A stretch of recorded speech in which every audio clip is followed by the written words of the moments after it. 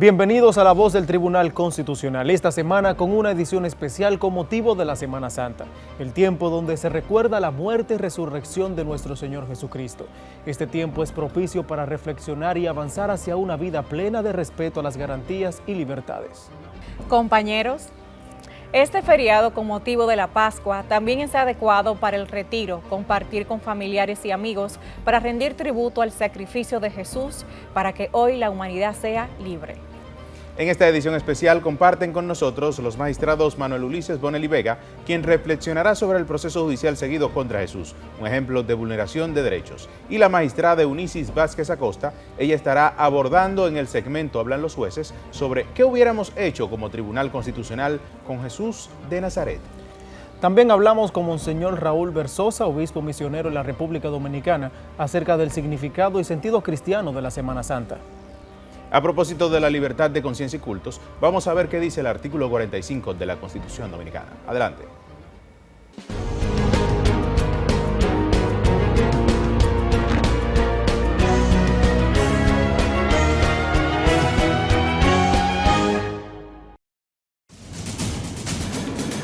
Artículo 45. Libertad de conciencia y de cultos. El Estado garantiza la libertad de conciencia y de cultos, con sujeción al orden público y respeto a las buenas costumbres.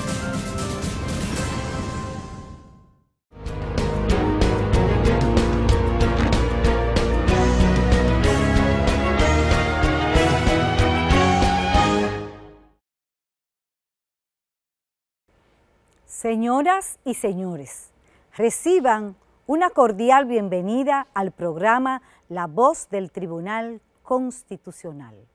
En el día de hoy, a propósito de la programación especial de Semana Santa, conversaremos sobre qué hubiéramos hecho como Tribunal Constitucional con Jesús de Nazaret. Finalizado el tiempo de Cuaresma, nos encontramos en la Semana Santa, en la Semana Grande para la fe cristiana. Semana Santa es todo, menos folclor, leyenda o mito. La Semana Santa nos habla de la pasión, muerte y resurrección de un hombre real de carne y hueso, Jesús de Nazaret, ciudadano judío de hace más de 2000 años y al mismo tiempo Dios Hijo, hecho por nosotros, tierra de nuestra tierra, sangre de nuestra sangre, dolor de nuestro dolor, muerte de nuestra muerte y en el horizonte, resurrección personal y esperanza cósmica.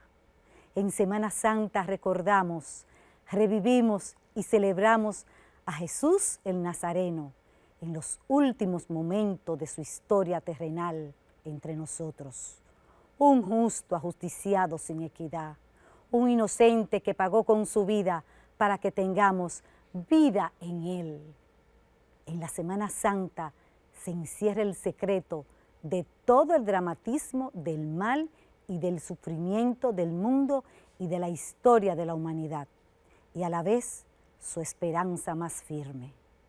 En la Semana Santa se nos recuerda la memoria viva de lo acontecido en un hombre y que aún perdura y sigue encontrando eco vivo, porque en ese condenado a muerte, absurda e injustamente, en ese pueblo judío estábamos todos, unos dando fuerza al cobarde Pilato para firmar la injusta sentencia, otros levantando las manos del verdugo para descargar con firmeza los golpes, la mayoría riendo y gritando cobardemente con el pueblo y las autoridades, y hasta levantando testimonios falsos con los letrados de aquel tiempo, saboreando culpablemente con ellos la falsa del poder.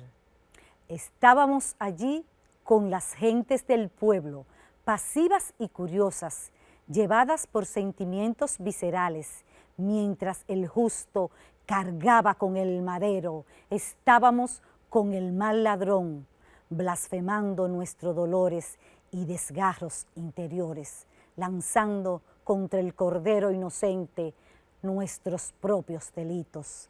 Estábamos con los soldados que se repartieron y sortearon lo único que poseía y le quedaba a Jesús. Antes de desnudarse del todo, una blanca túnica. Estábamos con quienes le cosieron con clavos y dieron a beber vinagre cuando solo pedía agua.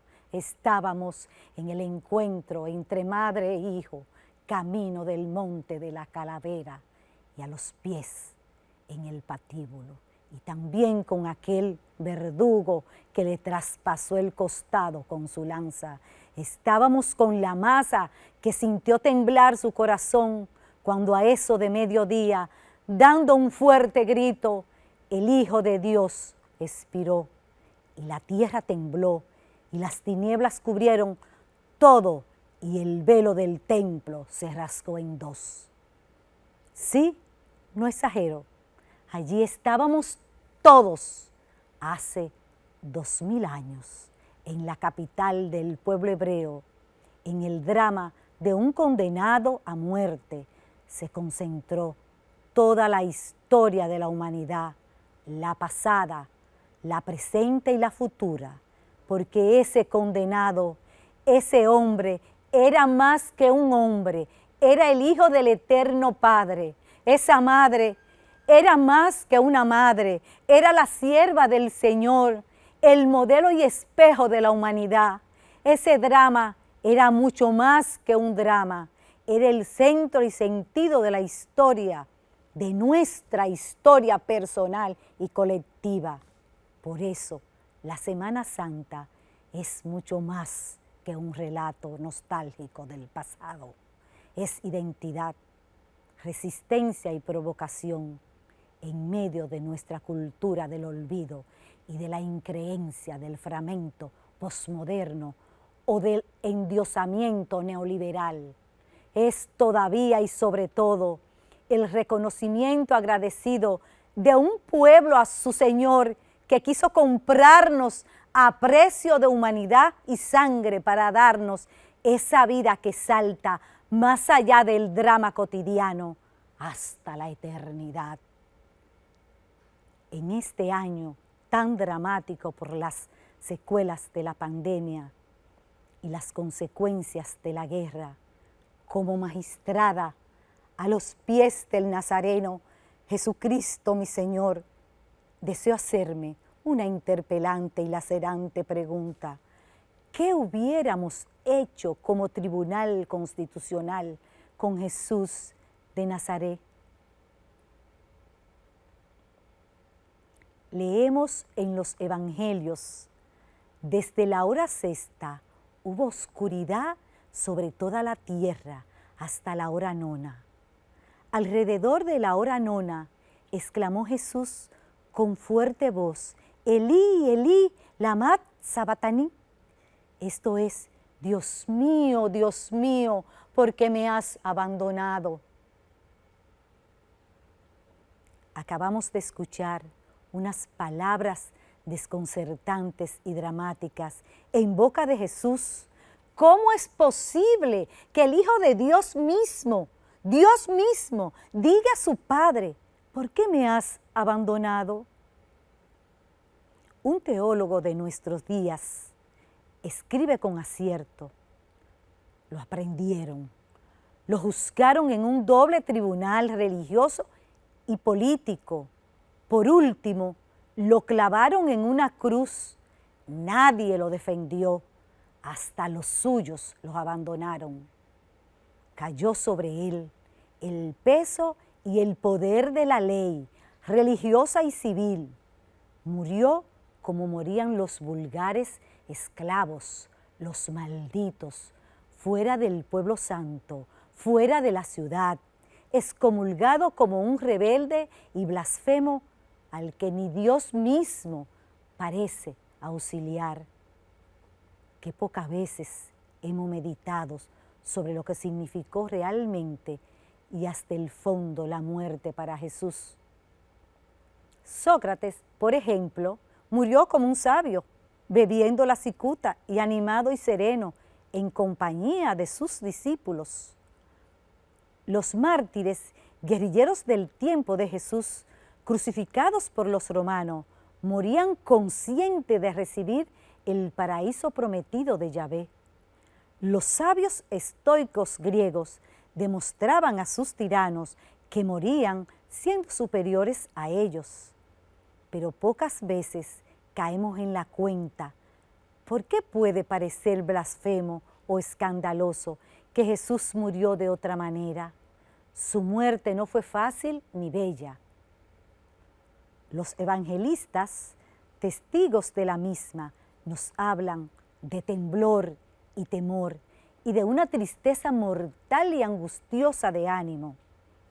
Por eso se comprende humanamente que hasta sus mejores amigos, los discípulos, ante este aparente fracaso de su maestro, huyeran y lo abandonaran. Me centro en las primeras palabras de esta larga pero muy interesante cita. Lo prendieron, lo juzgaron en un doble tribunal religioso y político.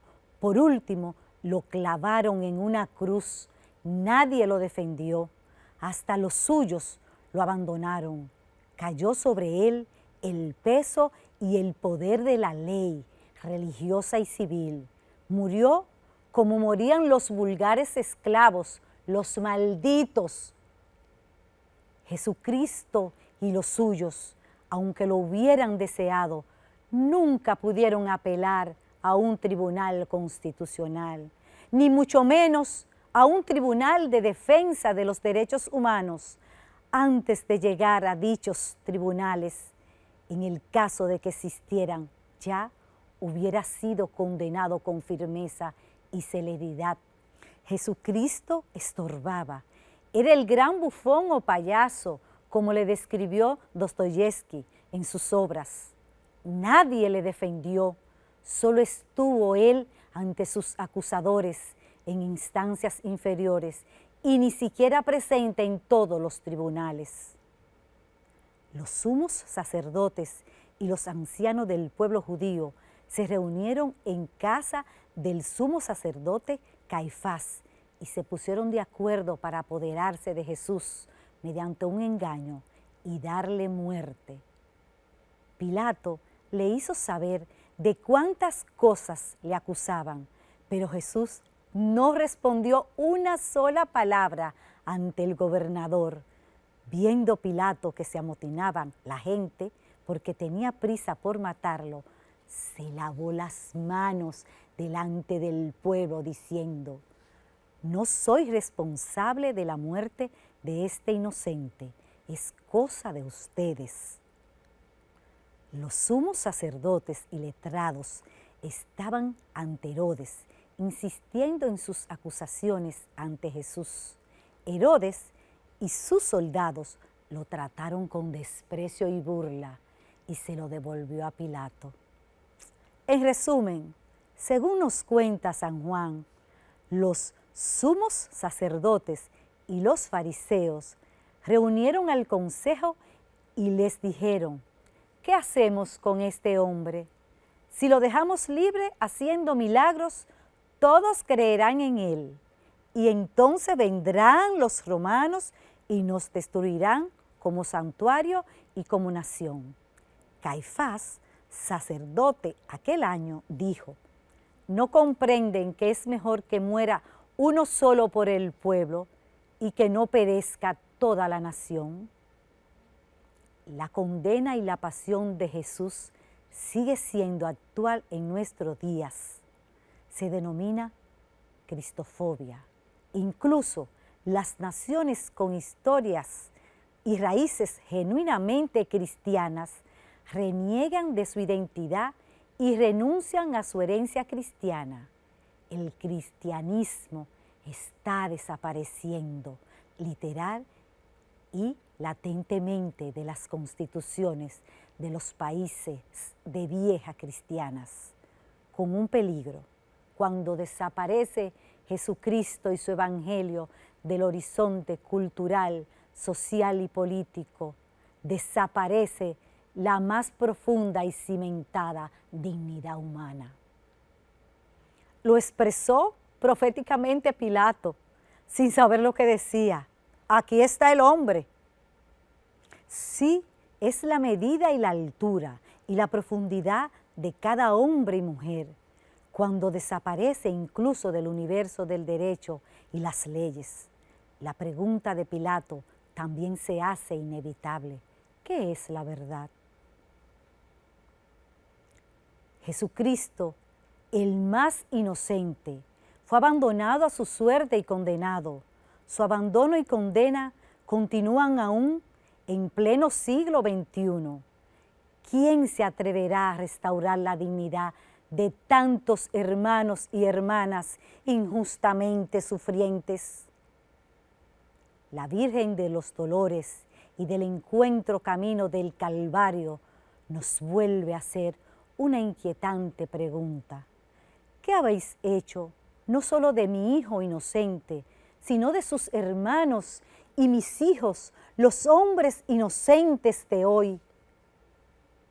Al finalizar estas palabras, recuerdo una bella oración anónima. Cuando me llegue la prueba del dolor injusto, como a ti, María, y como a tu hijo, cuando sufras el fracaso, la condena y el olvido, cuando palpe los desengaños y el cansancio de la vida, cuando mi fe se debilite o se apague el color en mi vida, dame el regalo de sentir fuerte tu presencia y la certeza de que tú sigues siendo mi madre. Rezo al Espíritu que resucitó a Jesús de entre los muertos y le restituyó su dignidad y altura divina. Me conceda lo expresado por San Francisco de Asís en su esperanzadora y alentadora oración. Señor, concédeme que donde haya corrupción, ponga espíritu. Donde haya violencia, ponga ternura. Donde haya odio, ponga amor. Donde haya división, ponga comunión. Donde haya desencanto, ponga esperanza. Donde haya tristeza, ponga alegría. Donde haya miedo, ponga fortaleza. Donde haya egoísmo, ponga la solidaridad. Donde haya vacío, ponga plenitud.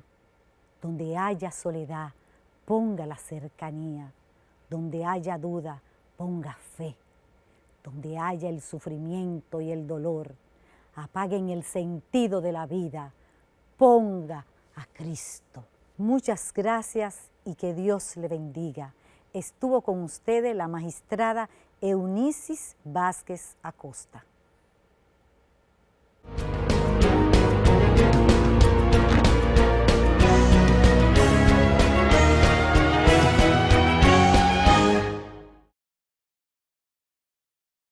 El Tribunal Constitucional de la República Dominicana, junto al Ministerio de Educación, anuncia la 5ª edición del concurso Me Gradúo con el TC.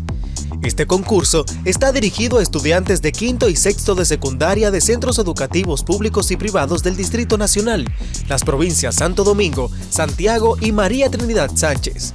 Los interesados en participar deberán elaborar un video, una canción o una fotografía sobre la importancia de los derechos y deberes fundamentales establecidos en la Constitución. Anímate y participa en la 5ª edición del concurso Me Gradúo con el TC y gana grandes premios. Para más información, accede a nuestro portal web www.tc.gov.do y conoce todos los detalles. Tribunal Constitucional de la República Dominicana. Justicia Constitucional Ciudadana.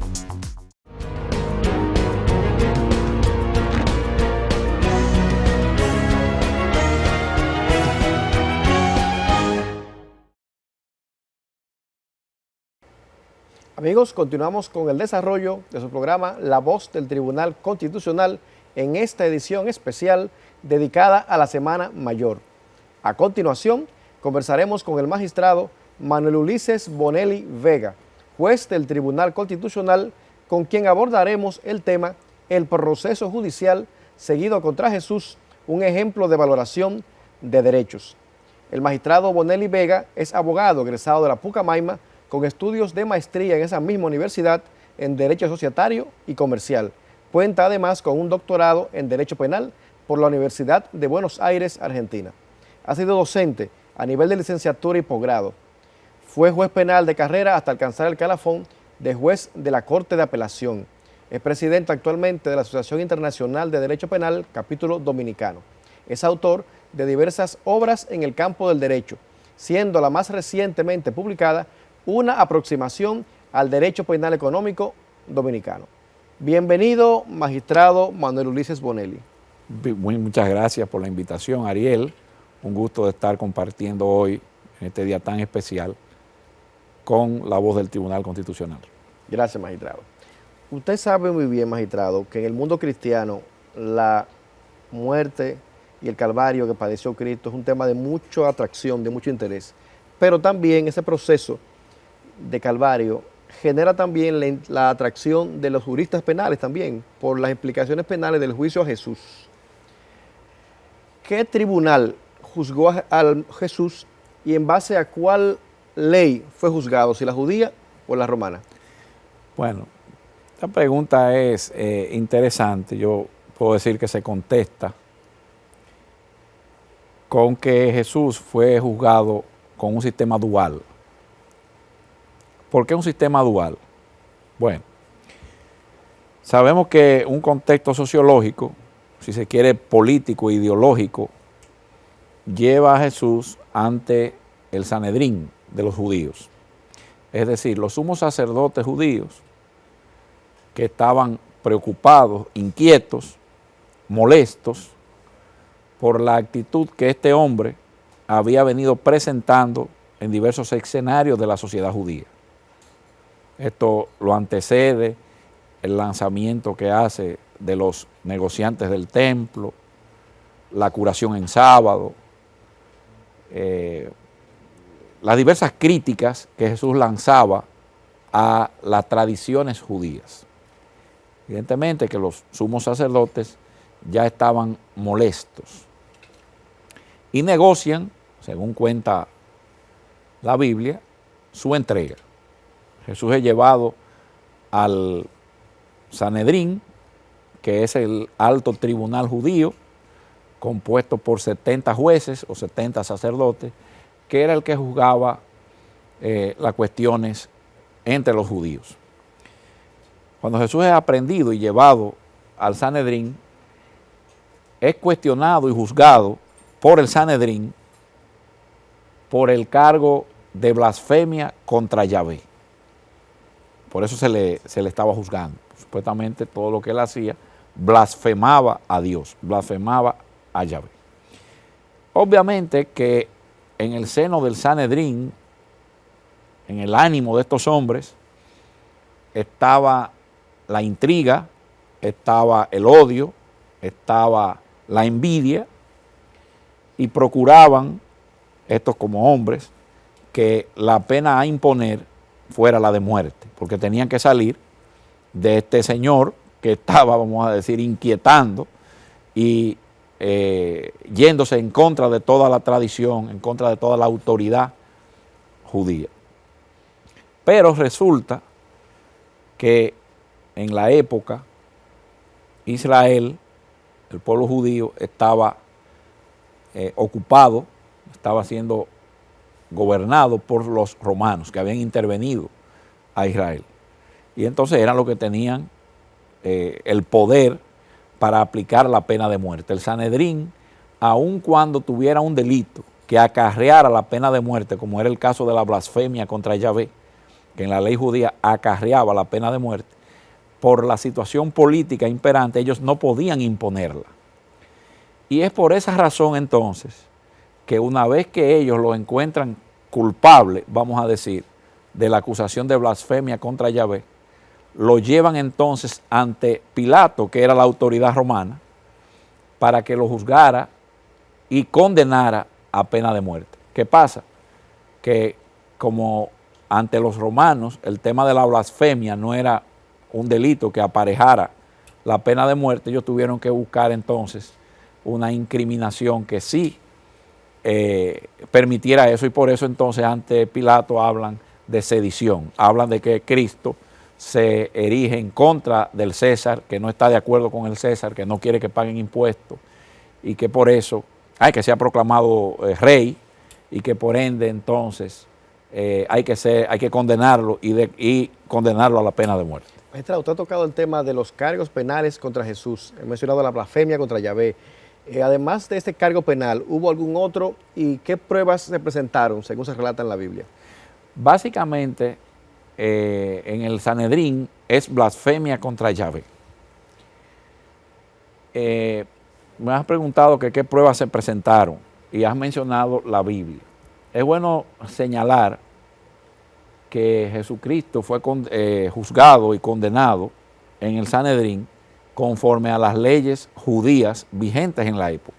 ¿Y cuáles eran las leyes judías vigentes en la época? Bueno, en primer lugar, el Antiguo Testamento, el Pentateuco, ¿verdad?, que está conformado por el Deuteronomio, por Jueces, por Génesis, en fin, por esos 5 libros que forman el Pentateuco, era parte de lo que el Sanedrín aplicaba. Pero habían dos leyes, el Talmud y la Mishnah, que eran leyes judías, que también establecían normas en diferentes aspectos de la vida de los judíos, dentro de ellos el cómo juzgar. O sea, el debido proceso, como lo llamamos nosotros hoy, estaba regido por esas 3 grandes normas.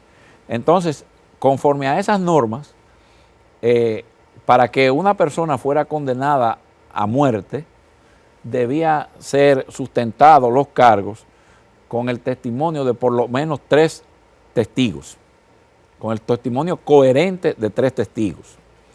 Resulta que conforme se narra en los evangelios, se presentaron testimonios, pero resulta que los testimonios no fueron coherentes entre sí. Los testigos se contradecían entre ellos. Es por eso entonces que el presidente del Sanedrín, ¿verdad?, procura otro medio de prueba y apela entonces a la confesión. Entonces lo increpa a Jesucristo. Es verdad que tú has dicho que eres hijo de Dios. Y Jesús lo que responde, bueno, eso tú lo has dicho, ¿verdad? Tú lo has dicho. Tampoco fue que asintió totalmente, pero eso fue tomado como una confesión, y el sumo sacerdote se rasga las vestiduras y dice, ya nosotros no necesitamos más pruebas, ya él ha confesado, que sea condenado, reo es de muerte. Entonces, pruebas esos testimonios contradictorios, la confesión tomada por ellos como ellos querían interpretarla, y ya frente al tribunal romano, vamos a decir, frente a Poncio Pilato, que fue el juez romano que juzgó este caso, independientemente de que se suscita un tema donde Pilato en principio se declara incompetente y lo declina ante Herodes, Herodes lo devuelve de nuevo a Pilato, y Pilato finalmente es el que termina decidiendo o juzgando el caso. Pues, ¿qué se presentaron? No se presentaron pruebas, se presentaron afirmaciones de los propios acusadores que decían, este señor ha dicho por ahí que no paguen impuestos, este señor ha dicho por ahí que es el rey, y eso se va contra el César. De manera que ahí no hubo pruebas como tal en la fase romana del juicio a Jesús. Magistrado, ¿cuáles violaciones, usted ha mencionado algunas, se evidenciaron en cuanto al debido proceso en ese juicio a Jesús? Bueno, hay múltiples violaciones. En primer lugar está la conformación del tribunal. Ya yo dije ahorita que el Sanedrín estaba compuesto por 70 jueces. La pena debía ser impuesta a unanimidad, 70 jueces. Entonces, bueno, se reunieron los 70 jueces en una situación de premura donde se ve que todo era como caña para el ingenio. Bueno, grandes dudas de si estaban los 70. Segundo, a Jesús se le juzgó de noche. Habían normas expresas en la Mishnah y en la Torá, en el Pentateuco, normas expresas que prohibían juzgar en horas de la noche. pero más aún, prohibía que se trabajara y que se hicieran actividades judiciales como esta, un juicio, en época de fiestas religiosas como era la Pascua judía. Estaban en plena Pascua judía cuando ellos juzgaron. Había otra norma que decía que cuando la pena que aparejara fuera la de muerte, el juicio tenía que durar más de un día.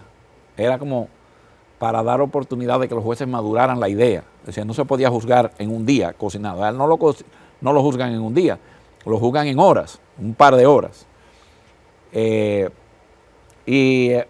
Bueno, el tema del testimonio, que yo le decía, que no se presentaron las reglas del testimonio.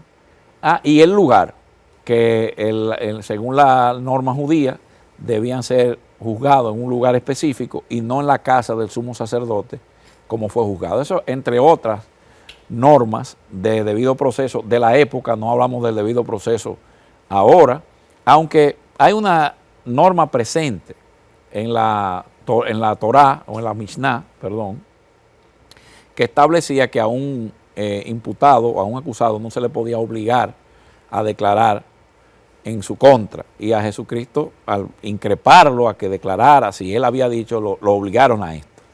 De manera que también eso es una norma de debido proceso que se incumplió en ese momento. Es célebre la figura de Poncio Pilato al lavarse las manos cuando le llevan el caso de Jesús.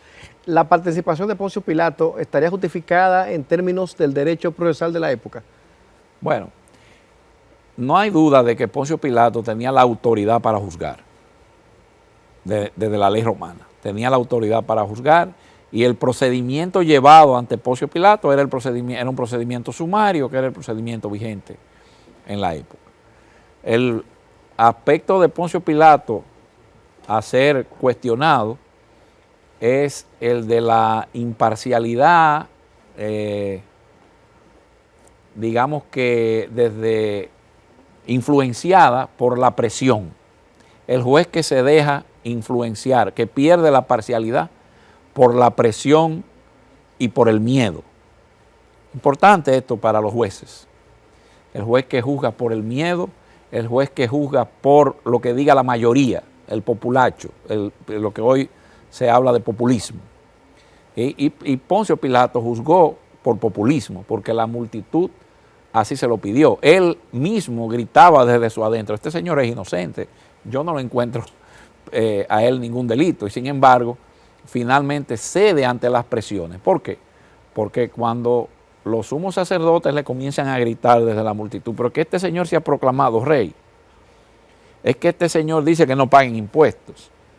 Entonces, quizá Pilato comienza a pensar: bueno, pero si no condeno a este señor, me estoy yendo en contra de Tiberio, ¿verdad?, que era el emperador, el César.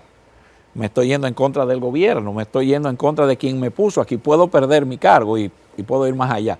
Y me meto en miedo. Y entonces prefiero hacerme el loco, lavarme las manos y dejar que todo fluya. Entonces, pienso que más que violaciones al debido proceso romano, lo que hubo fue un tema de temor de Pilato y de violación a las normas de parcialidad, influenciada por ese temor, por ese miedo. Magistrado, háblenos un poco sobre ese proceso de deliberación del Sanedrín en el caso de Jesús. ¿Hubo algún voto disidente allí? Bueno, mira, es interesante la pregunta. Voto disidente, como nosotros lo conocemos hoy, pues en la Biblia ni en ninguno de los escritos figura como tal. Yo he sostenido, es una tesis que yo tengo, de que sí lo hubo, de que sí hubo votos disidentes. Hubo dos personas, por lo menos, que en la Biblia dejan ver una conducta que son coherentes con un voto disidente. José de Arimatea, mencionado en la Biblia porque fue el que ofreció, más conocido porque fue el que ofreció su tumba para enterrar a Jesús, es el que le pide a Pilato que le entreguen el cuerpo de Jesús y ofrece su tumba. José de Arimatea era miembro del Sanedrín. Y en uno de los pasajes del Nuevo Testamento, uno de los evangelistas establece que él digamos que protesta en algún momento del cuestionamiento, diciendo, no se ha dicho que hay que, ¿quién ha dicho que este hombre es culpable? No hay que oírlo primero antes de juzgarlo. Entonces, eso no parece coherente con una gente que vota en contra o a favor, mejor dicho, de una pena de muerte. Tampoco es coherente su actitud posterior con recoger el cadáver y enterrarlo. También está Nicodemo, que es otro de los miembros del Sanedrín, que unge a Jesús con perfumes y que ayuda a preparar el cuerpo. Tampoco coherente con una persona que ha votado en favor de una pena de muerte. De ahí que yo sostengo que es muy probable que estos dos miembros del Sanedrín, en la hipótesis de que el Sanedrín se hubiese reunido completo, los 70 jueces, por lo menos 2 no votaron por la pena de muerte. Hay otras violaciones a la norma de deliberación.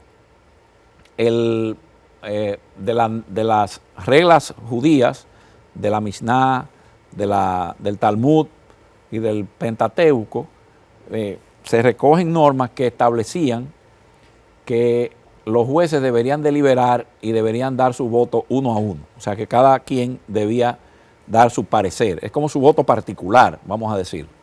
Y no por aclamación. En el Nuevo Testamento, en el Evangelio, en los Evangelios se recoge de que ellos, pues, estuvieron todos de acuerdo, dicen, de que él era culpable. Pero no que se llamó a votación, sino como que fue un tema de aclamación. De manera que hay una también violación a las normas de deliberación propias de la norma judía vigente en la época. Ya le dije que otro tema de la deliberación era el tiempo que debía durar más de un día, porque era pena de muerte lo que involucraba o lo que acarreaba el delito que se le imputaba al acusado, y no fue el caso. Juzgaron en horas muy rápidas, en un apretado momento. La otra cosa también que tiene que ver en parte con la deliberación es que con la celebración del juicio, es que se prohibía que el acusado fuera juzgado por un solo juez. En algunas partes del proceso, Jesús se enfrenta solo al sumo sacerdote, que lo cuestiona antes de que llegue el Sanedrín. Con eso también hay violaciones a las normas del juicio. Magistrado, usted ha detallado una serie de violaciones graves al debido proceso que de algún modo nos ponen a reflexionar sobre la importancia de cuidar estos detalles en los juicios penales. A su juicio, ¿cuáles son las grandes lecciones que de ese juicio Jesús ha podido enriquecer al derecho penal moderno? Bueno, fíjate que cuando uno lee la Biblia y lee la vida de Jesús y conoce la vida de Jesús, independientemente de los aspectos de creencia o de fe, estoy hablando de conocer el hombre como tal, a Jesús como hombre. Y después que ve que en la historia de la humanidad los derechos humanos, de donde derivan el debido proceso, son del siglo XIX, del siglo XX, Revolución Francesa, todo eso de donde nosotros vamos a aprender el debido proceso. Pero hay muchas cosas que están recogidas en el debido proceso, que en la Biblia, que en el momento de la vida de Jesús y que a través de la vida de Jesús nosotros conocemos. Por ejemplo, el pasaje de la Biblia donde Jesús está con un grupo y le llevan a la mujer adúltera. Bueno, y entonces se cuenta que Jesús en el suelo comienza a escribir con el dedo el nombre de la persona que estaba ahí con el pecado aparejado al lado, que todo el mundo iba, veía su pecado y se iba. El que no haya pecado que tire la primera piedra. Todo el mundo veía su pecado y se iba. Y al final se quedan Jesús y la señora, la pecadora, a solas. Y él levanta la mirada y dice, ¿dónde están los que te acusan? No, todos se fueron. Dice, si nadie te acusa, yo tampoco. ¿Qué principio se recoge ahí? Bueno, el juez no puede ser acusador. Si te han traído ante mí para que yo te juzgue y nadie te acusa, yo no te puedo acusar. Es el principio que hoy día se recoge en el Código Procesal Penal, separación de funciones entre acusador y juez. Luego, en el juicio a Jesús, no declarar en su contra, el derecho a mantener silencio. Jesús mantuvo silencio durante todo el trayecto de su juicio.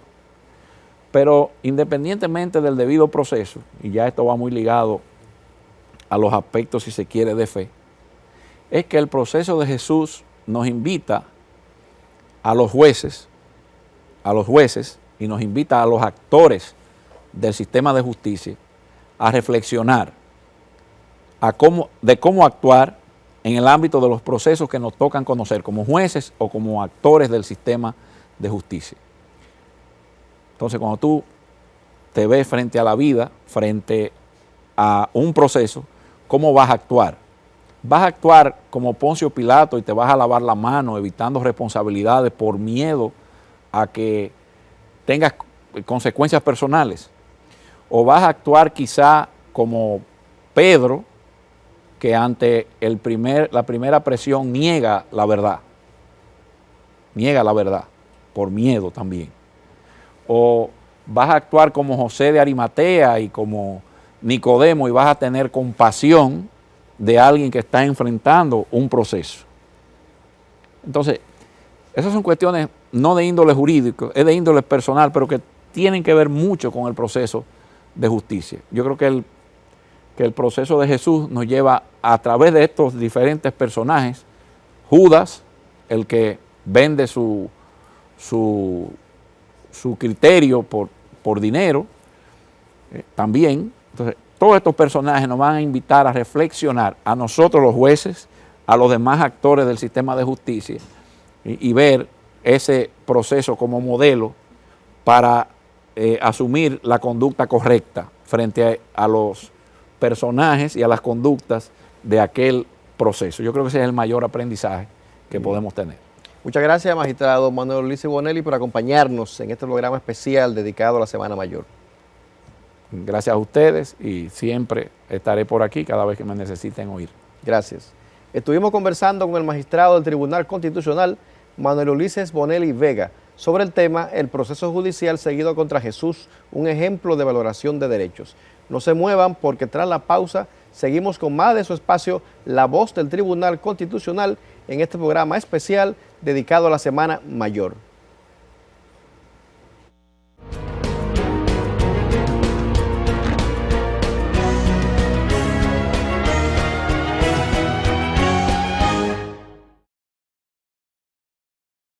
El Tribunal Constitucional de la República Dominicana realiza el Diplomado Virtual Derecho Constitucional y Administración Pública, dirigido a servidores del Ministerio de Administración Pública MAP, con la conferencia titulada El Derecho a la Buena Administración en el Estado Constitucional de Derecho en la República Dominicana, a cargo del magistrado Lino Vázquez Samuel, juez segundo sustituto del presidente del TC.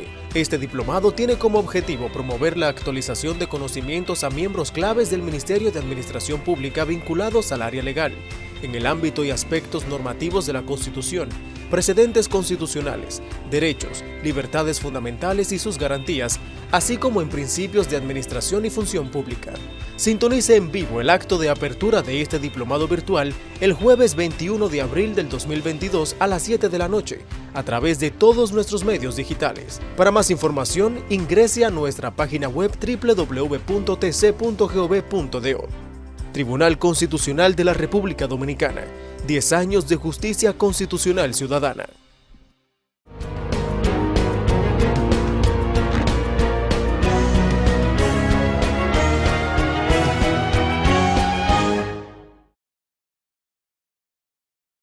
Continuamos con el desarrollo de su programa La Voz del Tribunal Constitucional, en esta edición especial dedicada a la Semana Mayor.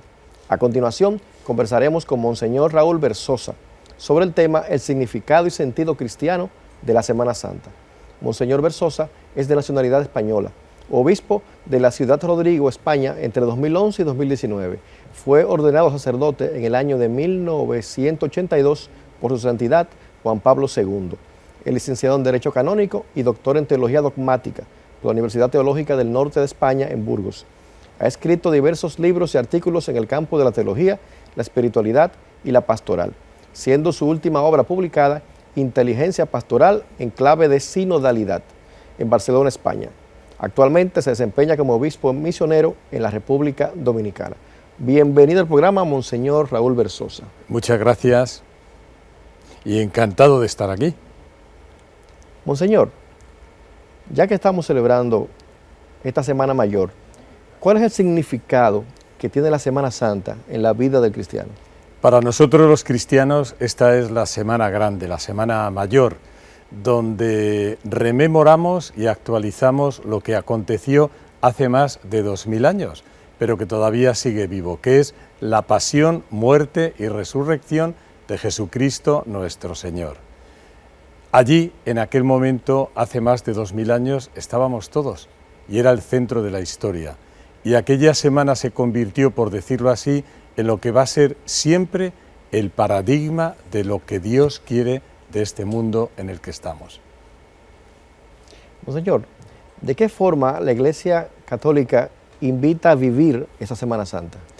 Pues lo primero y lo más importante no es que pensemos que esta semana es carnaval, el carnaval religioso, no es tampoco cuento, no es tradición, no es leyenda, es algo muy real. La historia de los últimos acontecimientos de una persona que se llama Jesús de Nazaret, que para nosotros no era solamente un fundador de una religión, era ni más ni menos que el Hijo de Dios.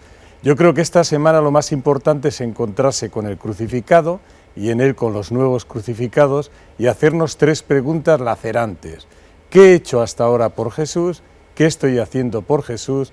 ¿Y qué quiero hacer por Jesús? Muy bien.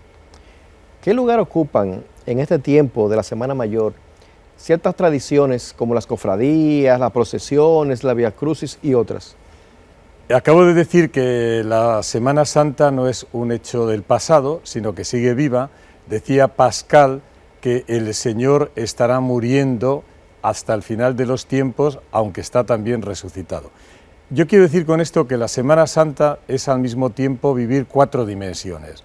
Aquel acontecimiento histórico, el acontecimiento de la Semana Santa en cada uno de nuestros corazones, el acontecimiento de la Semana Santa vivido en comunidad y la Semana Santa encarnada en la cultura y en las manifestaciones de religiosidad popular.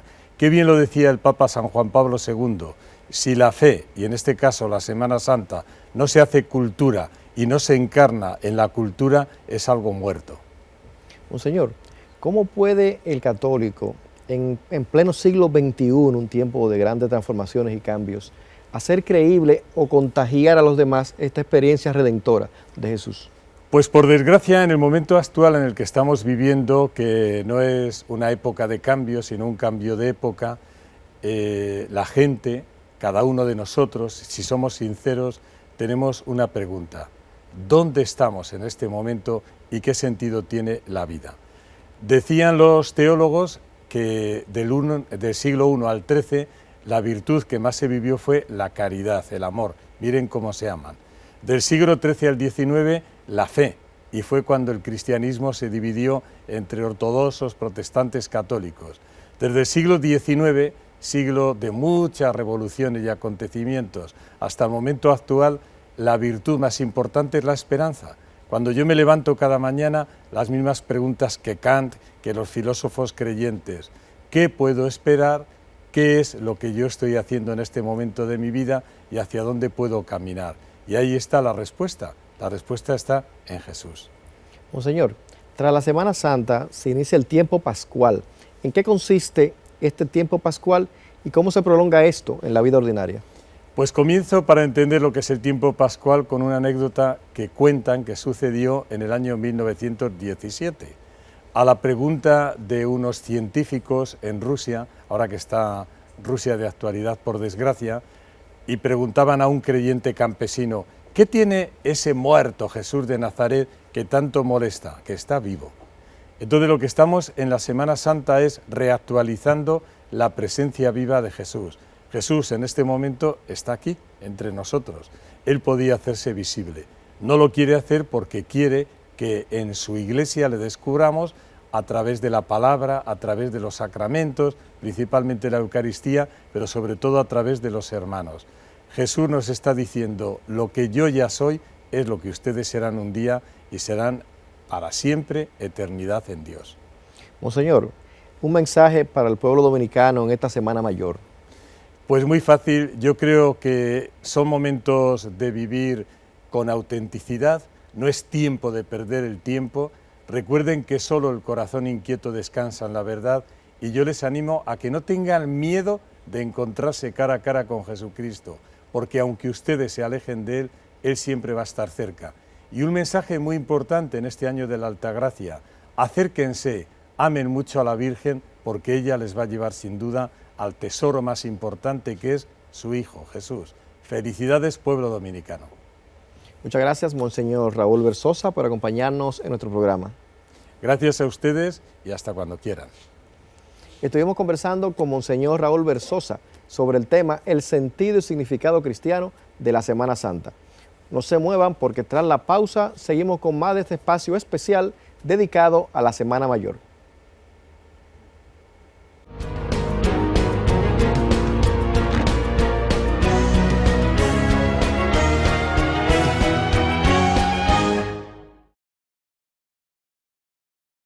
Participa en la 5ª edición del concurso Me Gradúo con el TC. Este concurso tiene como finalidad promover la importancia de los derechos y deberes fundamentales e incentivar la capacidad creativa de los estudiantes, con miras a que obtengan los recursos económicos que serán destinados a los actos propios de una promoción que se encamina a la celebración de su graduación como bachilleres. Inscríbete en la categoría de tu preferencia y gana grandes premios para tu promoción. Video 150,000 pesos, canción 100,000 pesos y fotografía 75,000 pesos. Conoce tus derechos y deberes y gana por ello. Tribunal Constitucional de la República Dominicana. Justicia Constitucional Ciudadana.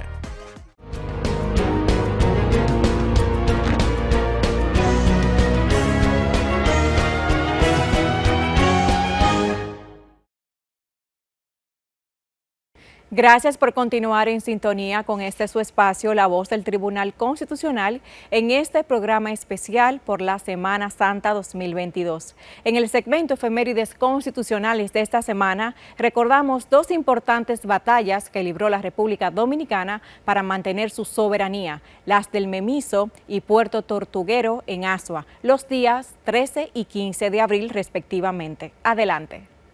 La soberanía es la autoridad política suprema que corresponde a un Estado independiente y en el caso dominicano, mantenerla derivó en una lucha permanente desde la separación de Haití y proclamación de la República el 27 de febrero de 1844. La soberanía de un país equivale a mantener su independencia frente a los demás estados, su capacidad de autodeterminación sin ninguna interferencia extranjera. Una vez proclamada la República Dominicana, mantener su independencia fue posible mediante una lucha constante y en abril de 1844 fue decisivo con las batallas del Memiso y de Puerto Tortuguero en Azua, registradas el 13 y el 15 de ese mes histórico, como lo fue 1 marzo, con las guerras del 19 en Azua y del 30 en Santiago. La batalla del Memiso fue la tercera más importante de las luchas por preservar la independencia, en la que las tropas dominicanas fueron dirigidas por Antonio Duvergé y Felipe Alfau, mientras que la batalla de Tortuguero fue la primera guerra naval una vez proclamada la independencia, y se libró el 15 de abril de 1844 en Puerto Tortuguero, Azua. Se resalta que una fuerza de 3 goletas dominicanas, dirigidas por el comandante Juan Bautista Cambiaso, derrotó a igual número de buques de la Armada haitiana, y ese acontecimiento marca el inicio formal de la antigua Marina de Guerra, hoy Armada de la República Dominicana.